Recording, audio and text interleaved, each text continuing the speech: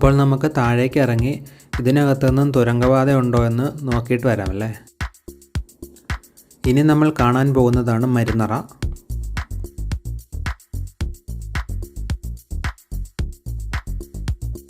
Welcome back to Tech Travel Records. ഇന്നത്തെ യാത്ര കോഴിക്കോട് ഫറോക്കിലുള്ള ടിപ്പു സുൽത്താൻ്റെ കോട്ടയിലേക്കാണ്. കോഴിക്കോട് നിന്നും ഫറോക്കിലേക്ക് ഏകദേശം 12 കിലോമീറ്റർ ദൂരമുണ്ട്. ഞാനിപ്പോൾ ഉള്ളത് ഫറോക്ക് ബസ് സ്റ്റാൻഡിൻ്റെ ഫ്രണ്ടിലാണ്. ഇവിടെ നിന്നും കടലുണ്ടി റൂട്ടിൽ 100 മീറ്റർ പോയതിനു ശേഷം ഇവിടെ നിന്നും ലെഫ്റ്റ് തിരിയണം.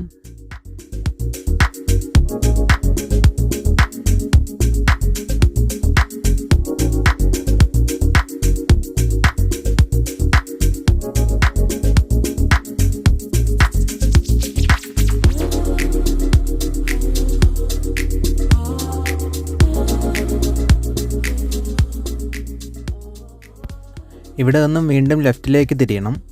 കുറച്ച് നാളുകൾക്ക് മുമ്പ് പുരാവസ്തു ഗവേഷകർ ഇവിടെ ഗവേഷണം നടത്തുകയും പഴയ ചൈനീസ് പാത്രങ്ങൾ, നാണയങ്ങൾ, നാണയം ഉണ്ടാക്കാൻ ഉപയോഗിച്ച സാധന സാമഗ്രികൾ എന്നിവയൊക്കെയും കണ്ടെടുത്തിട്ടുണ്ട്. ഇത് 200 വർഷത്തിലധികം പഴക്കമുള്ള ഒരു മാവാണ്. ഇത് കോട്ട ബംഗ്ലാവിൻ്റെ ഫ്രണ്ടിലായിട്ടാണ് നിൽക്കുന്നത്. മൈസൂർ ആസ്ഥാനമാക്കി ഭരണം നടത്തിയ രാജാക്കന്മാരായിരുന്നു ഹൈദരും അദ്ദേഹത്തിൻ്റെ മകനായ ടിപ്പുവും. 1782 ഹൈദരുടെ മരണശേഷം ടിപ്പു മൈസൂർ രാജാവായി. 1788 ഏപ്രിൽ 5 മലബാറിലെത്തിയ ടിപ്പു മലബാർ ആക്രമിച്ച് കീഴടക്കുകയും മലബാറിൻ്റെ ആസ്ഥാനം കോഴിക്കോട് നിന്നും ഫറോക്കിലേക്ക് മാറ്റാനും തീരുമാനിച്ചു. അങ്ങനെയാണ് ഈ ഫറോക്ക് കോട്ട അദ്ദേഹം ഇവിടെ പണിതത്. ഇതാണ് കോട്ട ബംഗ്ലാവ്. ഈ കോട്ട നിർമ്മാണത്തിനായി 900ഓളം പടയാളികൾ ടിപ്പുവിനൊപ്പം ഉണ്ടായിരുന്നു. മലബാറിൽ ടിപ്പു കീഴടക്കിയ പ്രദേശങ്ങൾ ഫറോക്ക് കേന്ദ്രീകരിച്ച് ഭരിക്കാനായിരുന്നു ടിപ്പുവിൻ്റെ തീരുമാനം. പക്ഷേ കേണൽ ഹാർട്ട്ലിയുടെ നേതൃത്വത്തിലുള്ള ബ്രിട്ടീഷ് സൈന്യം മലബാറിലെത്തുകയും പരാജയം മണത്തെറിഞ്ഞ മൈസൂർ സൈന്യം ഇവിടെ നിന്ന് രക്ഷപ്പെടുകയുമാണ് ചെയ്തത്. അതോടെ മലബാറിലെ ടിപ്പുവിൻ്റെ മോഹങ്ങൾ അവസാനിച്ചു. നമ്മളിപ്പോൾ കാണുന്ന ഈ ബംഗ്ലാവ് ബ്രിട്ടീഷുകാർ പണിതതാണ്. പിന്നീട് ബ്രിട്ടീഷുകാർ ഈ കോട്ട കോമൺവെൽത്ത് അധികൃതർക്ക് കൈമാറുകയും അവർ അതിനുശേഷം സ്വകാര്യ വ്യക്തികൾക്ക് കൈമാറുകയും ചെയ്തു.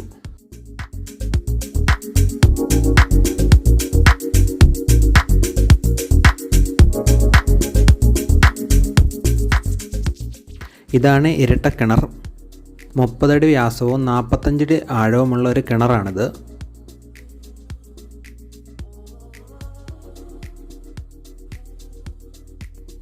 ഈ കിണറിൻ്റെ അകത്ത് വേറെ ചെറിയൊരു കിണറും കൂടിയുണ്ട്. അതുകൊണ്ടാണ് ഇതിനെ ഇരട്ടക്കിണർ എന്ന് പറയുന്നത്. ഇതിൻ്റെ അകത്തു നിന്നും ചാലിയാറിലേക്ക് തുരങ്കപാതയുണ്ടെന്നാണ് പറയപ്പെടുന്നത്. താഴേക്ക് ഇറങ്ങിപ്പോകാൻ വേണ്ടി നിരവധി സ്റ്റെപ്പുകളുണ്ട് ഇവിടെ.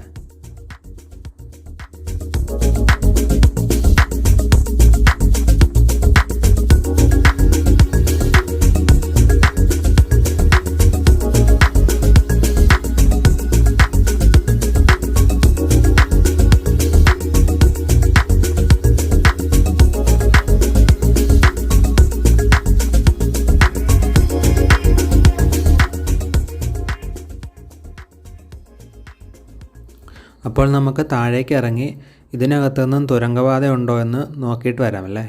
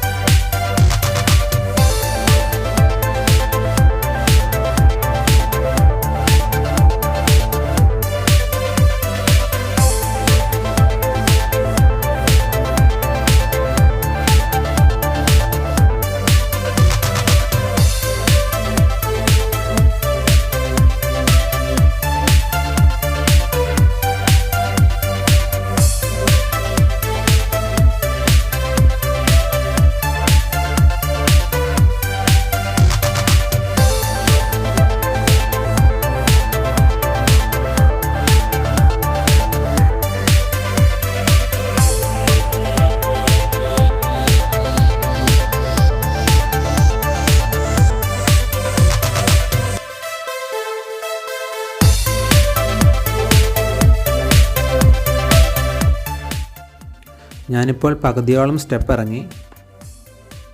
മുകളിലേക്ക് നോക്കുമ്പോൾ നല്ലൊരു വ്യൂ ആണ്.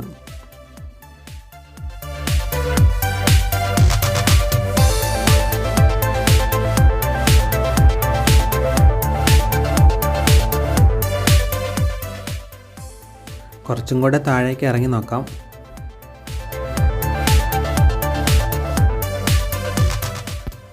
സ്റ്റെപ്പുകളൊക്കെ തെന്നുന്നുണ്ട്. കുറച്ച് റിസ്ക്കാണിത്. ഇവിടെ നിന്ന് തുരങ്കപാത ഉണ്ടെങ്കിൽ ഈ കിണറിൻ്റെ അകത്തോടെ ആവാനാണ് ചാൻസ്.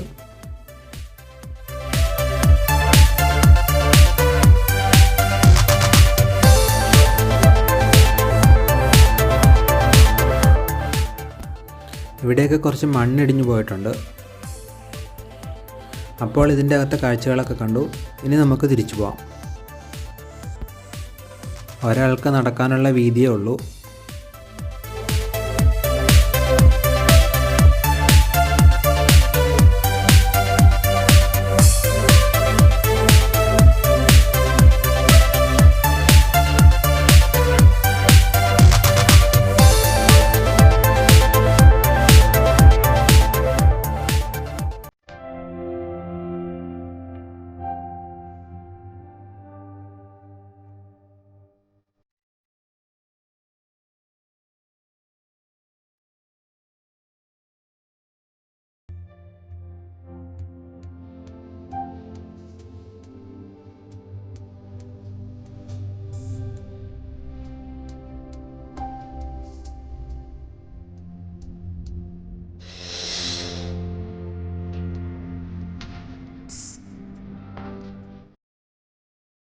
ഇനി നമ്മൾ കാണാൻ പോകുന്നതാണ് മരുന്നറ.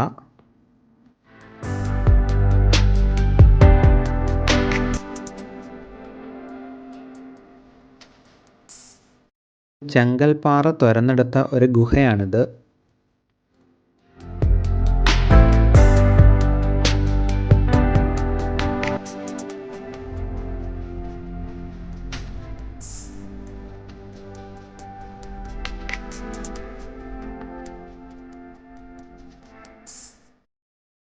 ഇവിടെ വെച്ചാണ് യുദ്ധത്തിന് ആവശ്യമായ വെടിമരുന്നുകളും കോപ്പുകളൊക്കെ നിർമ്മിച്ചിരുന്നത്. ഇതിൻ്റെ അകത്ത് ചെറിയ കൊത്തുപണി പോലെയൊക്കെ കാണുന്നുണ്ട്.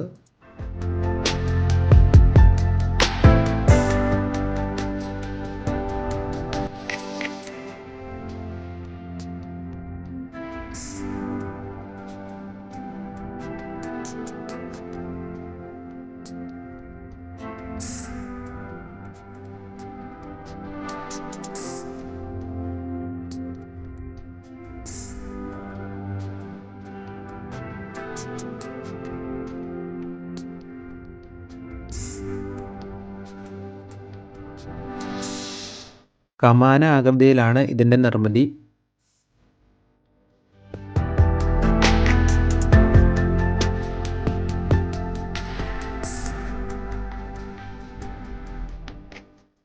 ഇവിടെ വെച്ചാണ് നാണയം നിർമ്മിക്കാൻ ഉപയോഗിച്ച സാധന സാമഗ്രികളും ചൈനീസ് പാത്രങ്ങളൊക്കെയും കണ്ടുകിട്ടിയത്.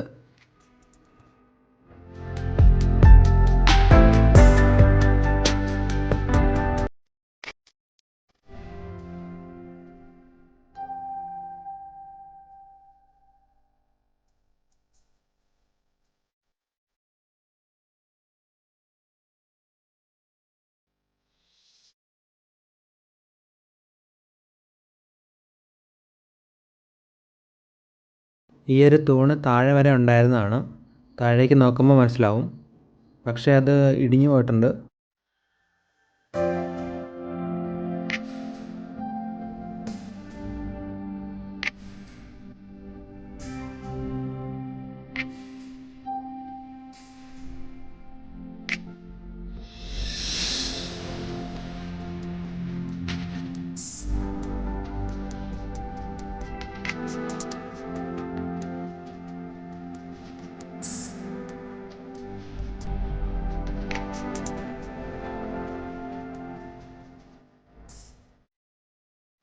ഇവിടെ ചെറിയൊരു ഹോളുണ്ട്.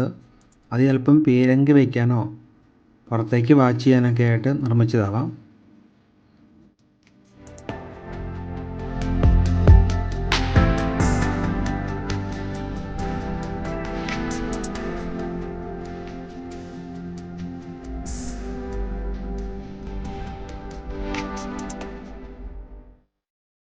ഇവിടെ ഒരു വലിയ കല്ല് കിടപ്പുണ്ട്. അതിന് അവിടുന്ന് ഇടിഞ്ഞു പോകുന്നതാണോ അതോ ഇതിലൊരു പാസേജിൽ ഉണ്ടായിരുന്നതാണോ എന്നറിയില്ല.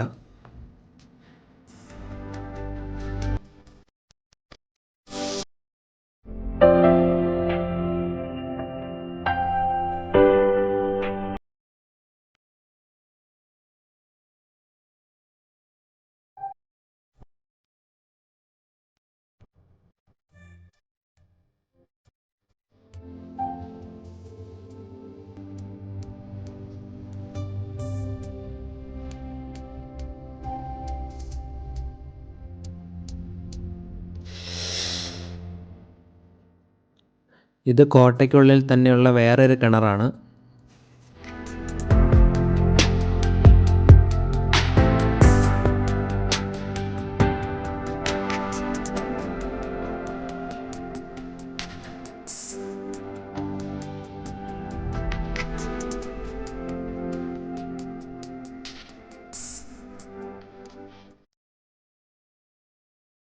ഇതാണ് ബംഗ്ലാവിൻ്റെ ബാക്ക് വശം.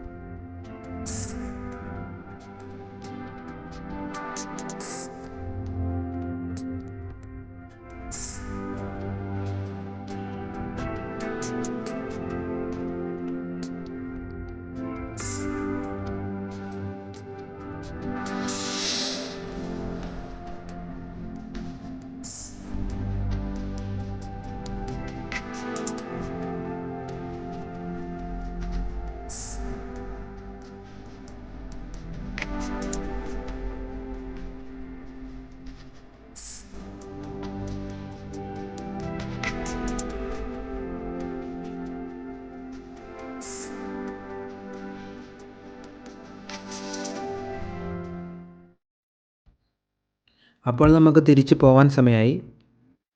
വീഡിയോ ഇഷ്ടമായെങ്കിൽ ലൈക്ക് ചെയ്യുക, സബ്സ്ക്രൈബ് ചെയ്യുക. Thank you for watching.